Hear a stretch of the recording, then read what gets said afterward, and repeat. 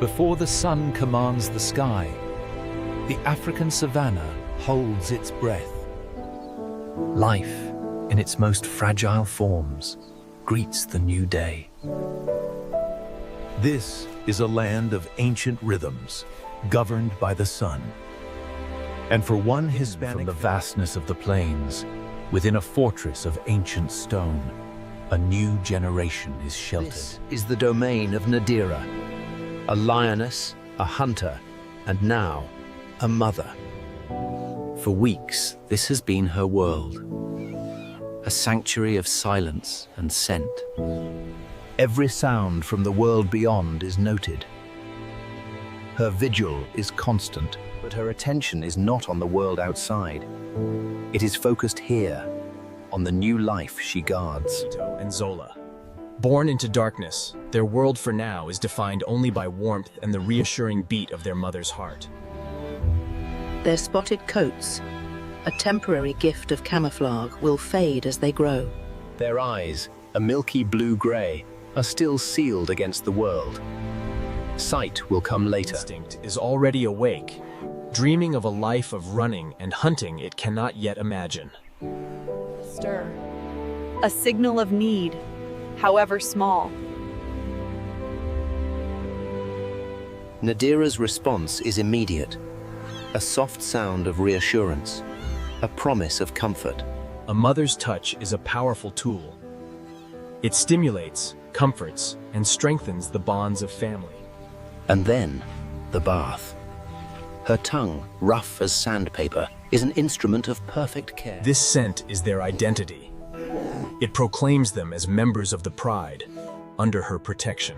With cleanliness comes comfort, and with comfort, the essential need for nourishment. She gives her strength freely. While they feed, her body is at rest, but her mind is not. In this small, quiet space, the future of a dynasty is secure. In the heart of the savannah, shielded by ancient granite, a new day dawns for the pride's most vulnerable members. For weeks, this den has been their entire world. But today, a new sense awakens. Curiosity. The world beyond the shadows calls to him. First sunrise. A flood of light for eyes that have only known the dark. Adventure, it seems, is contagious. Together, they face a world infinitely larger than anything they've ever known. A soft sound of encouragement. She will let them explore, but will not let them wander. Legs are still a new and complicated invention, and the savannah offers its first, gentle lesson in humility. For his sister, every stumble is simply an invitation to play. But the world is more than just sand and rock. It is filled with fleeting wonders. The hunter's instinct is there. The coordination, however, will take practice. These first explorations are building more than just muscle. They are forging an unbreakable bond. This small circle of sand is their safe harbor, but out there lies the world they must one day command. And their world is kept safe by a silent guardian. His presence alone is a warning to all who might trespass. The strength of the pride lies in this partnership. Two rulers, united in purpose. But the excitement of a new world is exhausting for explorers so small. Even the smallest details are a source of wonder until sleep reclaims them. Time to return to the safety of the den.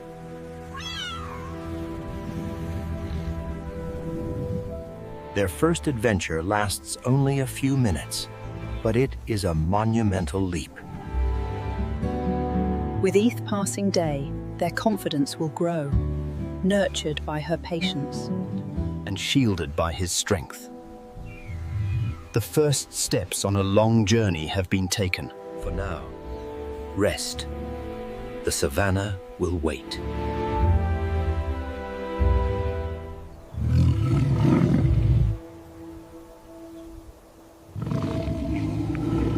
For these young cubs, every waking moment is a lesson, and their classroom is the world of play. Instinct, ancient and deeply ingrained, begins to surface.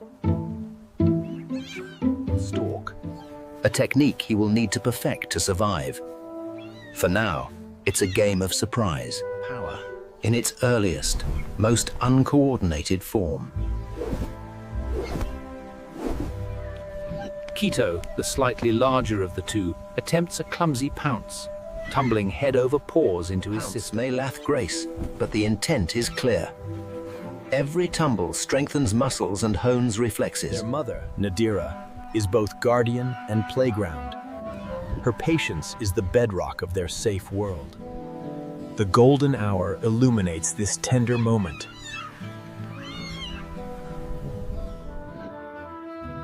For a small predator, any movement is an invitation. The formidable weapon of a lioness becomes the ultimate chew toy. She tolerates it all with remarkable stoicism. This bond, forged in patience and play, is the emotional core of the pride.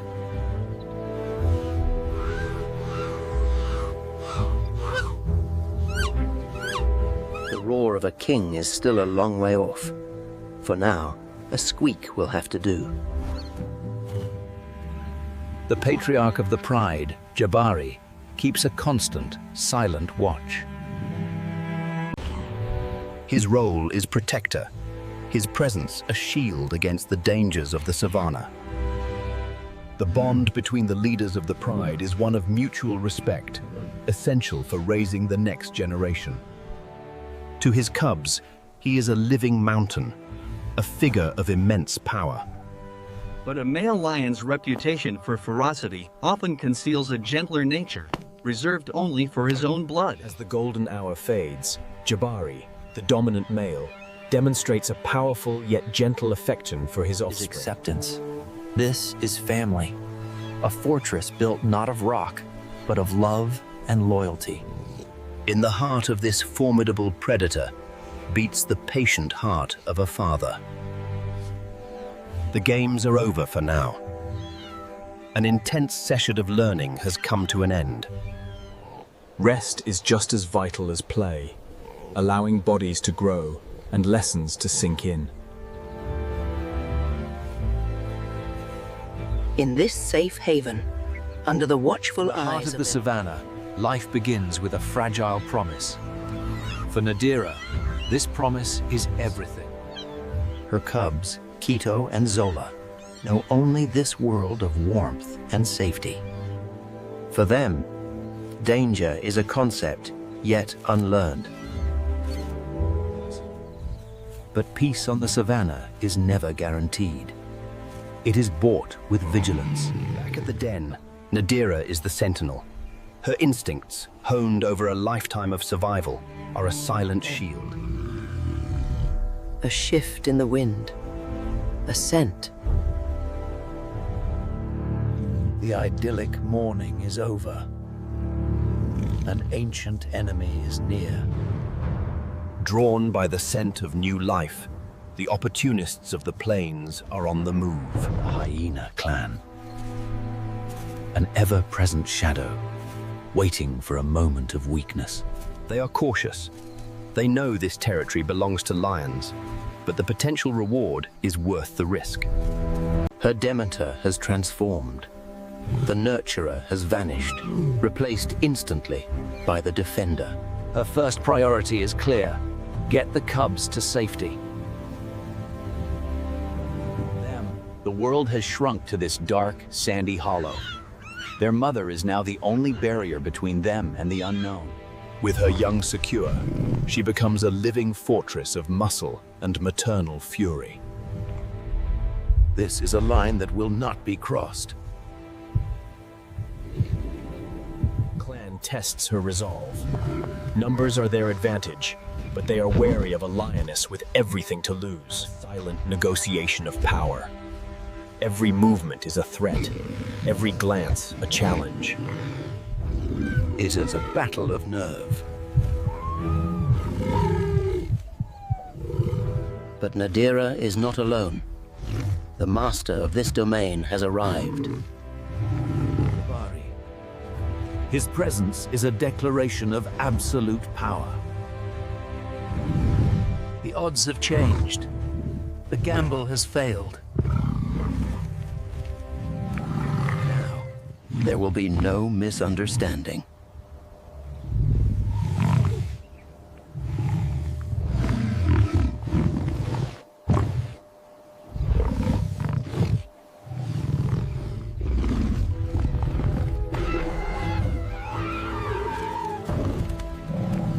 Language every creature on the savannah understands.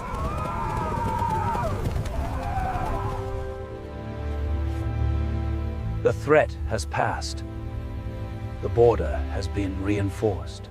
And the promise of the next generation is kept safe for another day. Here, in this kingdom of rock and grass, the family is the fortress.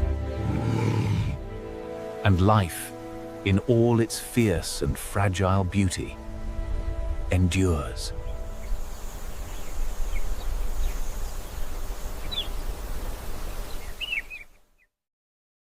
After a long and arduous hunt, the provider returns. Success is not just for her, but for the future of the pride.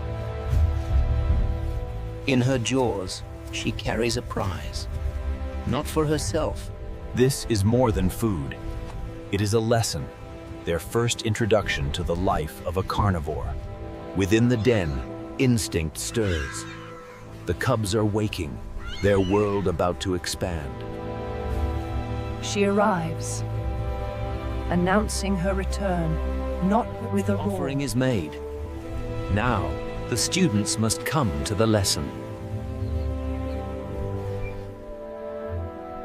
Drawn by their mother's call, the cubs venture into the open for the first time today. But today, something is different. A new scent hangs in the air, the scent of their future. Nadira waits. Patience is a virtue she must teach them, even in this first lesson. Smell is their most powerful tool for understanding the world. This new information is complex, confusing, yet deeply compelling. One leads, the other will follow. The bond between siblings is forged in these shared moments of discovery. First contact. Is it a toy, a threat, or something else entirely? And then, the turning point. The first taste of the diet that will define his entire life. A dormant instinct, millions of years in the making, has just been awakened. Confidence is contagious. Zola follows her brother's lead, embracing the new experience. Their baby teeth are ill-suited for the task, but the will of the hunter is strong. It is a messy business, this first meal. A rite of passage worn proudly on a fluffy face. The hunt, the return, the lesson, it all culminates in this. A family. For the first time, their hunger has been satisfied not by milk, but by meat. A mother's work is never done. The provider becomes the nurturer, ensuring her cubs are safe, clean. The vast savannah, a crucial milestone has been passed. The future of the pride is secure for one more day. With the cubs finally strong enough, a vital journey. The patriarch rises first. His presence is a shield, a silent declaration that the pride is on the move. Nadira gently rouses the cubs. For them, this is not a journey of survival. They move as one unit. Jabari leads, cutting a path through the tall grass. For Quito and Zola, keeping up is a monumental challenge. Every blade of grass.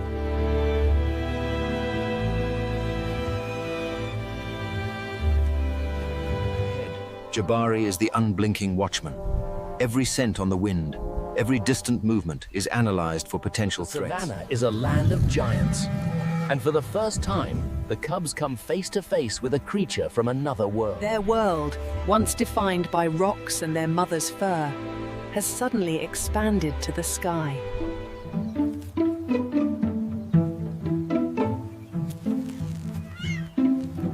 But there is no time for games. When a lesson in focus is needed, Mother knows best. The sun climbs higher, and the journey takes its toll. The cub's initial excitement gives way to weary determination. Jabari senses a change, a shift in the wind that carries a new scent, the scent of water. An oasis of life in the parched landscape.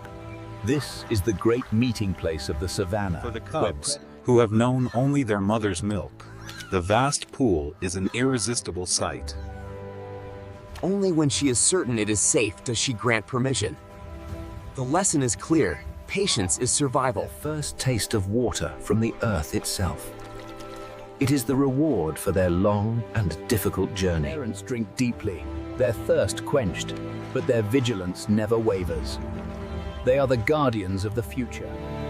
In this perfect moment, reflected in the water, the pride is whole. A family. As day syringes to dusk, the African savannah performs its final, breathtaking spectacle of light. Nadira's presence is a shield, her warmth a promise of safety through the long night. Dale's adventures have taken their toll. For the smallest members of the pride, sleep is an irresistible call. Night falls, and with it, a profound quiet settles over the land. But the quiet is not a sign of peace. It is a canvas. He chooses his stage with care, a high point from which his voice will carry for miles. A declaration is about to be made.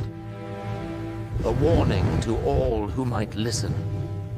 It is the sound of absolute authority, the voice of the savannah itself. Every creature for miles hears it. Proclamation complete, the king returns to his family. His power is not for conquest, but for protection. It is a bond forged in hardship and strengthened by a shared purpose. Here, in this fortress of fur and muscle, the future of the pride dreams on, untouched by the dangers of the night. In their dreams, they are already great hunters, fleet-footed and fearless.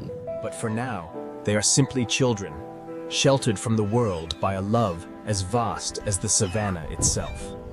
And so they rest, beneath the watchful eyes of the stars, a testament